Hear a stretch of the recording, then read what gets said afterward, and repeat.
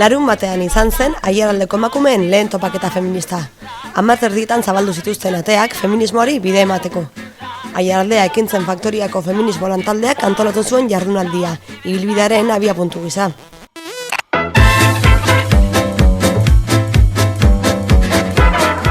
Feminismoa ehuntzen izan zen eguneko lehen dinamika.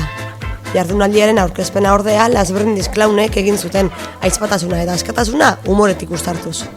Topa herrikoi batekin eman zioten amaiera ikuskizunari.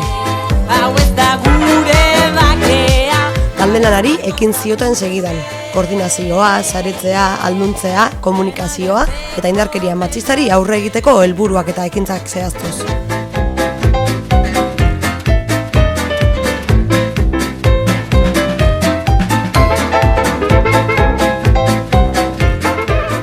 Eskualde osotik 70 emakume baino gehiago bertaratu ziren zitara, adin eta herri ezberdinetakoak. Eztabaida berazgarri eta mamitsuaren ondotik Aiaraldean garatzeko helburu eta ekintzak lehenetsi zituzten.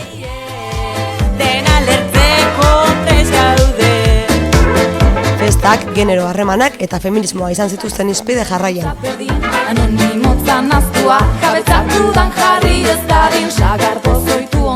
Eguerdian, Baskaria eta Maihuelta izan ziren nagusi.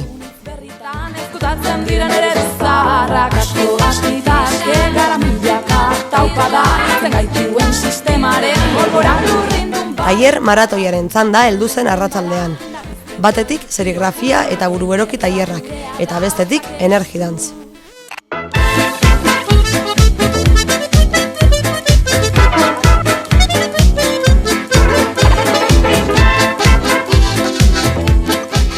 Musika eskaintzarekin bukatu zuten eguna, Amurrioko ilargiak eta Potors Destroyersen eskutik.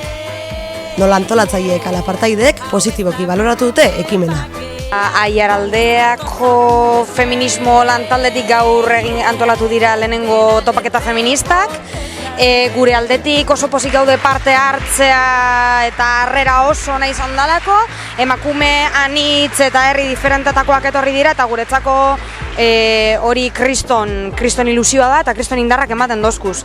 Aurten eman izan dira faktorian, baina helburua ikusita urtengo harrera eta badiru diela gauza politak eta emaitza onak ari direla irtetzen, datorren urtean planteatzea eskualdeko beste herri baten emakume guztia berriro gonbidatzea eta gero eta gehiago izatea, saretzeko, elkarren artean ezagutzeko eta sare more handi horretatik indarrak eta benetan gure bizitza duintasunez eta indarkeria barik bizi ahal izateko.